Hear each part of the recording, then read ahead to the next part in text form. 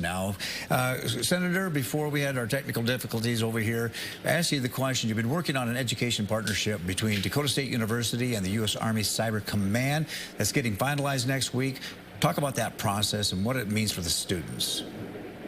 It's really good news for the students at Dakota State University. What it means is that they're going to be able to work on top secret projects with Army Cyber Command.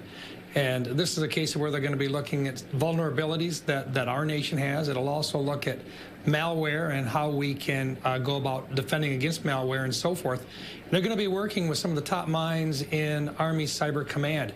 It's a great opportunity for students to be able to stay in South Dakota and still work on projects that are vital to our nation. This has been several months in the works, but I give a lot of credit to Dakota State University, their leadership team, and Army Cyber Command. They actually sent out their principal cyber advisor, Dr. Michael Solmeyer, back in January with us, sat down, took an entire day with us, and went through their curriculum, met with the students, and we're just really happy to see this all come together.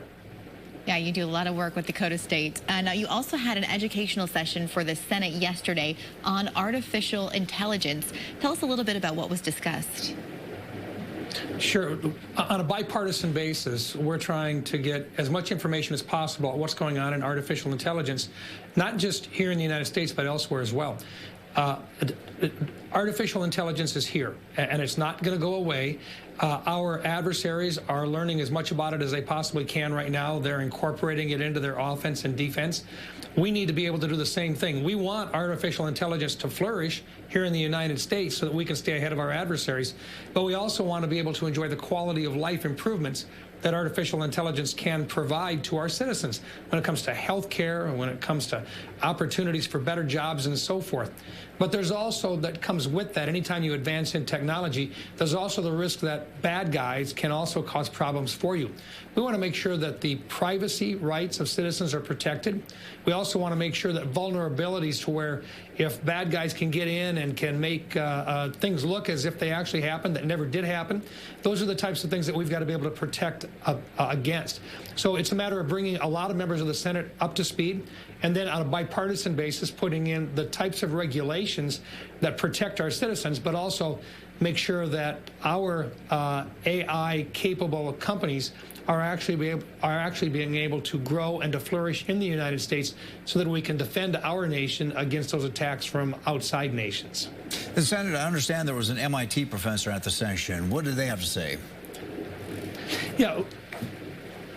What he did, and this is the first of a series of 3 that we're doing on a bipartisan basis, and what he talked about were the basic building blocks of what's in artificial intelligence. It's not really so much that there is the case of where it actually doesn't think for itself. It simply follows based upon huge amounts of data that can be brought in and can be reviewed and picked from. But then along with the data, you've also got to have a system in place to be able to look at that data really, really fast.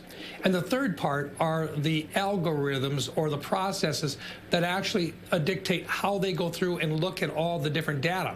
So that if you're writing a letter, it recognizes that if you use a series of things like "thank you very much for," it'll follow that up and be able to put in a number of different items based upon the situation that they're in.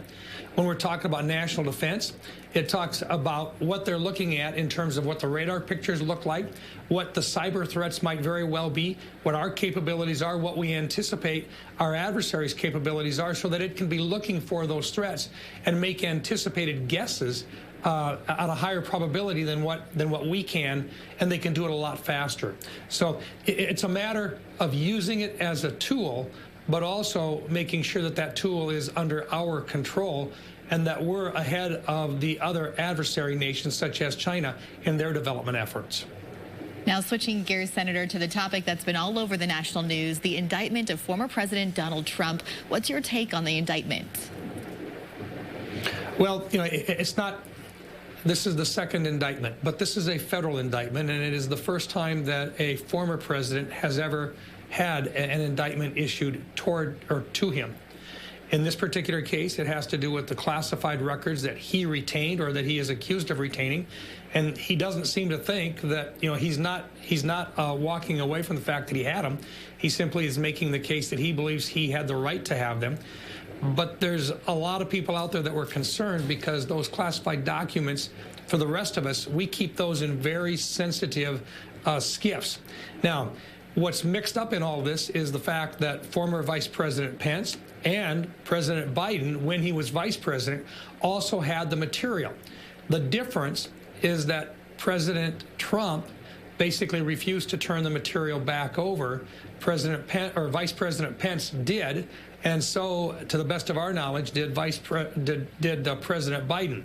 But a lot of that now is focused on what President Trump believes was his right to keep that material. And there's going to be a question as to whether or not he tried to hide it from those individuals, and did he try to mislead them? Those are issues that, he has not been found guilty on those. He'll go to trial. There will be a determination made, and then we'll know exactly what did happen during this trial phase. But in the meantime, it's politically, it's made for some very interesting story, and it's one of the reasons that a lot of us have been taking a look at who else might make a good president. I personally, I've chosen Tim Scott. I think Senator Thune has also indicated his support for Tim Scott. Here's a man of integrity. We've known him now I've known him for 8 years. Great guy. But he's one of these guys that wants to unite America, and that's the reason why we're excited about his candidacy. All right, Senator Rounds, we appreciate your time. We're going to have to leave it there. Thanks for coming on and talking with us. Yes, thank you so much. We'll be right back.